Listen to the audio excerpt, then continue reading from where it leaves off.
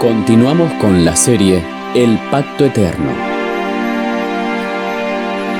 El Pacto de Dios con Israel.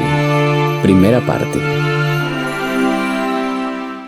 El libro de Hebreos, en el capítulo 8, versículo 6 en adelante, dice, refiriéndose al ministerio de Cristo en el santuario celestial, pero ahora tanto mejor ministerio es el suyo, cuanto es mediador de un mejor pacto, establecido sobre mejores promesas. Porque si aquel primero hubiera sido sin defecto, ciertamente no se hubiera procurado lugar para el segundo.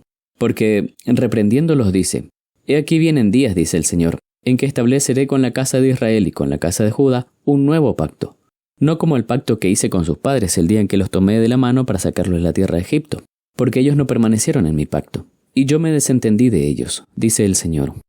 El ministerio de Jesús está fundado sobre un mejor pacto. Y el pacto es mejor porque está basado sobre mejores promesas. Por esa razón también, cuando Moisés subió a Dios, y Jehová lo llamó desde el monte, diciendo, Así dirás a la casa de Jacob, y anunciarás a los hijos de Israel. Ustedes vieron lo que hice a los egipcios, y cómo los tomé sobre alas de águila, y os he traído a mí. Ahora pues, si dan oído a mi voz, y guardan mi pacto, ustedes serán mi especial tesoro sobre todos los pueblos, porque mía es toda la tierra, y ustedes me serán un reino de sacerdotes y gente santa. Estas son las palabras que dirás a los hijos de Israel.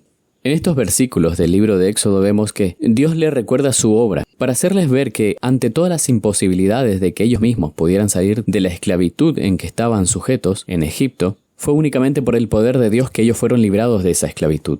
Y después de recordarles que es por el poder y la misericordia de Dios que fueron librados de tal esclavitud, Dios les dice, si dan oído a mi voz y atesoran mi pacto, me serán un reino de sacerdote y gente santa.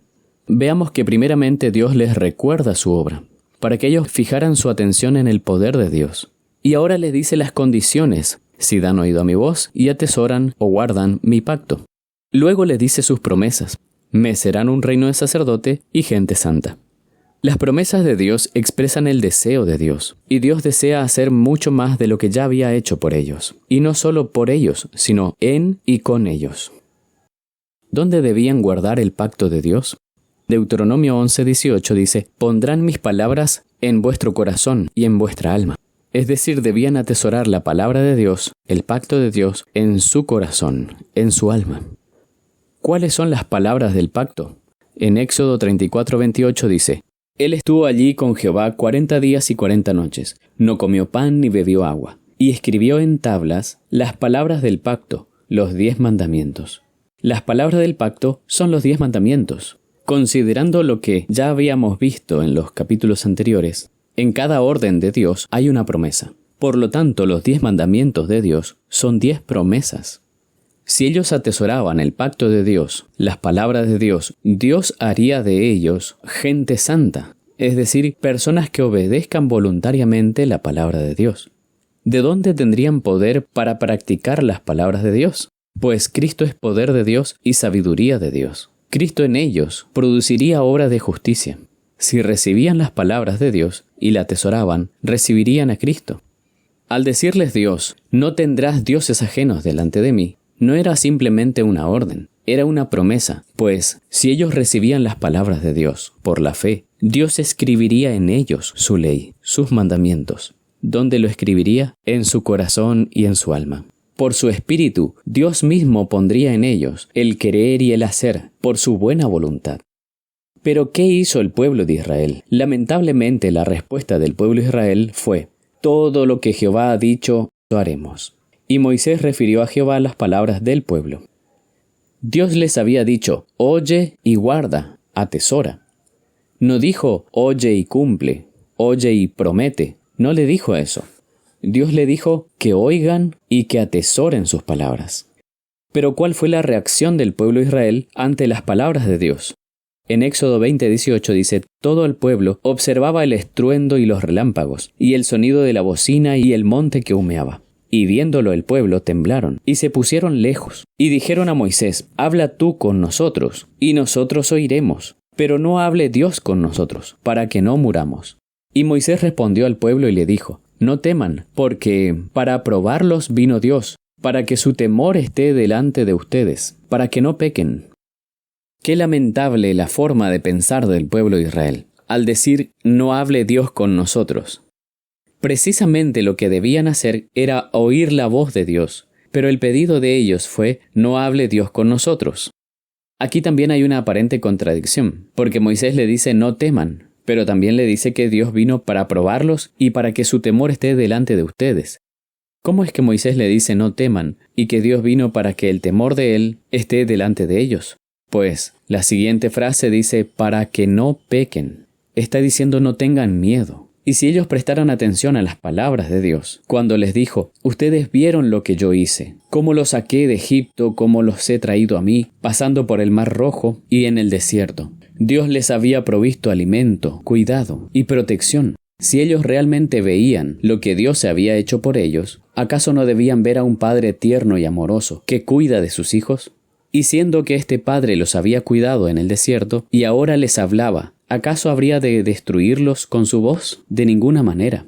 Ellos deberían haber visto a un Padre amoroso, pero en su mentalidad de esclavos veían a un Dios castigador, un Señor más fuerte e implacable. No conocían a Dios, no habían prestado atención a su cuidado. ¿Y para qué Dios les hablaba de esa manera? Para que su temor esté delante de ellos, es decir, para que tengan reverencia delante de Dios. ¿Con qué propósito? Para que no pequen. Si ellos escuchaban y recibían las palabras de Dios, Dios haría que ellos no pequen. ¿Pero acaso ellos no habían prometido que iban a escuchar y hacer la voluntad de Dios? Deuteronomio 5:27 dice, ellos dijeron, acércate tú, y oye todas las cosas que te dijere Jehová nuestro Dios. Y tú nos dirás todo lo que Jehová nuestro Dios te dijere, y nosotros oiremos y haremos. ¿Nosotros oiremos y haremos? ¿Dónde quedan esas promesas? Primero sí y luego en no, porque solo unos pocos días después rompieron sus promesas. ¿Acaso no dijeron que habrían de escuchar y hacer? Dijeron, oiremos y haremos. ¿Qué es esto? Es una promesa de la carne, una promesa carnal, porque dice sí y luego no. Como vimos en la parábola del padre que tenía 2 hijos, a los cuales le pide que vayan a su viña, y uno dijo sí y luego no fue. En Éxodo 24:3-8 se registra que Moisés escribió el libro del pacto y lo leyó. Y el pueblo dijo, haremos todas las cosas que Jehová ha dicho y obedeceremos. Y Moisés roció la sangre del pacto sobre ellos. Ellos prometieron oír, hacer y obedecer. ¿Pero qué deberían haber hecho? Oír, pues la fe viene por el oír, la palabra de Dios. Y debían guardar, es decir, atesorar, no ser oidores olvidadizos, no desechar la palabra de Dios. ¿Desde cuándo el que recibe la promesa es el que debe cumplirla? Esto es algo inaudito. El que recibe la promesa debe esperar que aquel que hace la promesa simplemente cumpla lo que ha prometido. Y siendo fiel aquel que prometió, ¿acaso no cumpliría las promesas que él estaba realizando a su pueblo? Por eso Dios dice, ¿quién diera que tuvieran tal corazón, que me temieran y guardasen mis mandamientos? Veamos un resumen de la secuencia de la relación entre el pueblo de Israel y Dios, para poder entender un poco mejor por qué hay 2 pactos. Siendo el pueblo esclavo, Dios los rescata de la esclavitud. Luego, Dios les da sus promesas, su pacto, sus palabras, los 10 mandamientos, que son 10 promesas. Les declara las condiciones del pacto, que oigan su voz y que atesoren su pacto en su corazón. Pero el pueblo pide no oír la voz de Dios, anulando así una de las condiciones del pacto de Dios. Por eso Dios dice, no permaneció en mi pacto. Éxodo 20:19. Luego el pueblo promete hacer todo lo que Jehová ha dicho. Éxodo 24:3. Es decir, se disponen a establecer su propia justicia. Romanos 10:3. Quinto, Dios accede a hacer un pacto a la manera de ellos. Así como también vemos en otras oportunidades que no era la voluntad de Dios que tuvieran rey, pero ellos desechando a Dios piden rey, y Dios accede y les da un rey. Eso mismo podemos verlo aquí. No era la voluntad de Dios hacer un pacto a la manera de ellos, pero es lo que ellos piden, y Dios accede a hacer un pacto a la manera de ellos.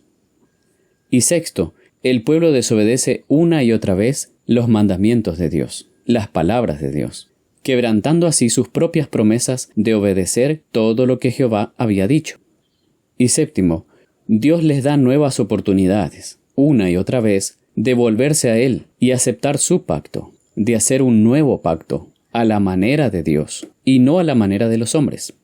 ¿Acaso no refleja eso nuestra propia experiencia? En el libro de Hebreos 8:8-9 dice: «No como el pacto que hice con sus padres, porque ellos no permanecieron en mi pacto». Dios quiere hacer un pacto con su pueblo, pero no como el pacto que había hecho con Israel en aquella oportunidad, porque ellos no permanecieron en el pacto de Dios.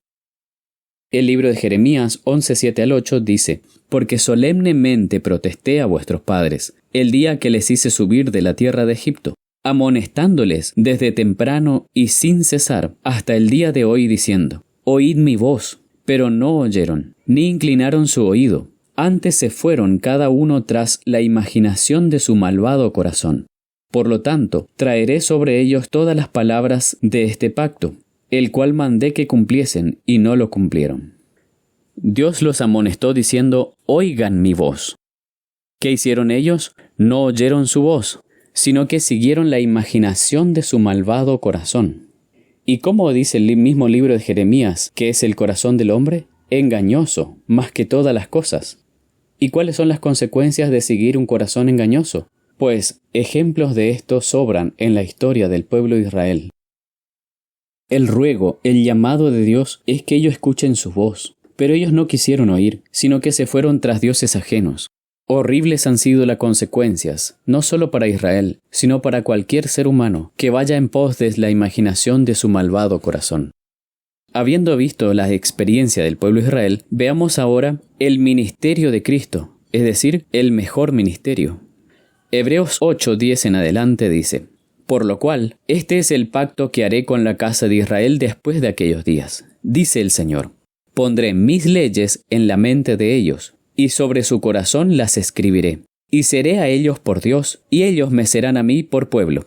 Y ninguno enseñará a su prójimo ni ninguno a su hermano diciendo: Conoce al Señor, porque todos me conocerán, desde el menor hasta el mayor de ellos. Porque seré propicio a sus injusticias, y nunca más me acordaré de sus pecados y de sus iniquidades». Cristo es nuestro sumo sacerdote, es nuestro intercesor entre Dios y nosotros. Y su ministerio es mucho mejor y está establecido sobre mejores promesas, porque son las promesas de Dios. Cristo desarrolla su ministerio no en función de las promesas del hombre, sino en función de las promesas de Dios. El hombre puede tener un conocimiento teórico de la ley, puede saber que está escrito en tablas de piedra, puede verlas como algo exterior a él, pero no querer atesorarla en su corazón.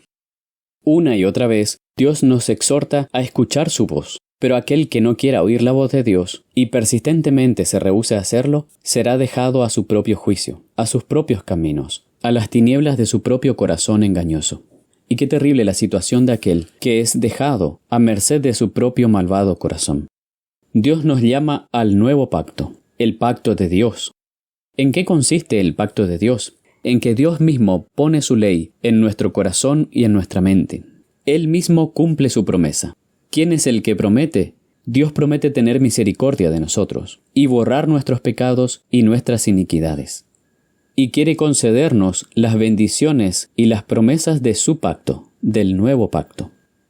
Dios provee que su ley sea guardada en el corazón y en la mente del pueblo de Israel, y así puedan ser habilitados para andar en los caminos de Dios y guardar sus mandamientos. Dios muestra su misericordia al perdonar los pecados y las iniquidades, y no se acuerda nunca más de sus pecados. Veamos una comparación entre el viejo pacto y el nuevo pacto. El viejo pacto es un peor pacto, está basado sobre peores promesas y es llamado también primer pacto. Es un pacto con defectos, está en función de las promesas hechas por el hombre. La base del pacto son los 10 mandamientos. El hombre, por sí mismo, promete cumplir la ley de Dios. Hay resistencia a la voz de Dios. Los mandamientos de Dios son escritos en tablas de piedra. Hay endurecimiento del corazón, un corazón de piedra. Se promete cumplir para vivir. Es el intento de hacer la obra de Dios para vivir. Busca establecer la justicia propia, en lugar de la justicia de Dios. Este pacto no fue la voluntad de Dios, aunque Dios permitió que Israel lo realizara. El nuevo pacto es llamado el mejor pacto. Está basado sobre mejores promesas. Es llamado segundo pacto. Es un pacto sin defectos. Está en función de las promesas de Dios. La base del pacto son los 10 mandamientos. Dios promete poner su ley en el corazón y en la mente de aquel que oye y recibe su voz. Los 10 mandamientos son escritos en el corazón y en la mente del que cree. Hay un cambio de corazón, un corazón nuevo, de carne. Primero se recibe la vida, pues es al recibir la vida de Dios que se puede guardar el pacto. Dios manifiesta su gracia, su justicia y su poder en aquel que atesora la palabra de Dios.